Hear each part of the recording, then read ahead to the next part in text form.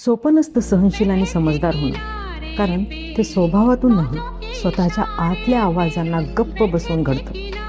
कित्येकदा जखमांवर मीठ चोळणाऱ्यांनाही माफ करावं लागतं, कारण समजदार माणूस वाद जिंकण्यात मोठेपणा समजत नाही, तर तो नातं आणि शांतता जपतो.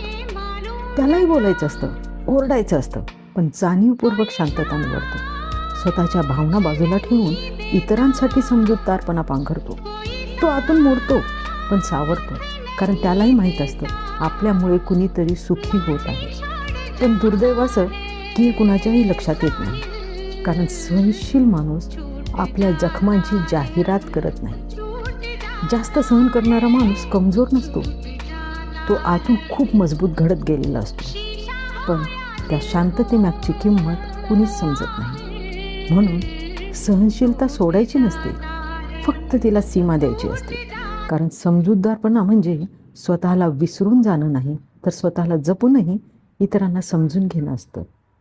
सोपं नसतं सहनशील आणि समजदार होणं, कारण ते स्वभावातून नाही, स्वतःच्या आतल्या आवाजांना गप्प बसवून घडतं. कित्येकदा जखमांवर मीठ चोळणाऱ्यांनाही माफ करावं लागतं, कारण समजदार माणूस वाद जिंकण्यात मोठेपणा समजत नाही, तर तो नातं आणि शांतता जपतो. त्यालाही बोलायचं असतं, ओरडायचं असतं, पण जाणीवपूर्वक शांतता निवडतो. स्वतःच्या भावना बाजूला ठेवून इतरांसाठी समजूतदारपणा पांघरतो. तो आतून मोडतो पण सावरतो, कारण त्यालाही माहीत असतं आपल्यामुळे कुणीतरी सुखी होत आहे. पण दुर्दैव असं की हे कुणाच्याही लक्षात येत नाही, कारण सहनशील माणूस आपल्या जखमांची जाहिरात करत नाही.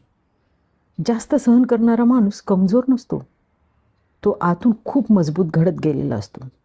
पण त्या शांततेमागची किंमत कुणीच समजत नाही. म्हणून सहनशीलता सोडायची नसते, फक्त तिला सीमा द्यायची असते.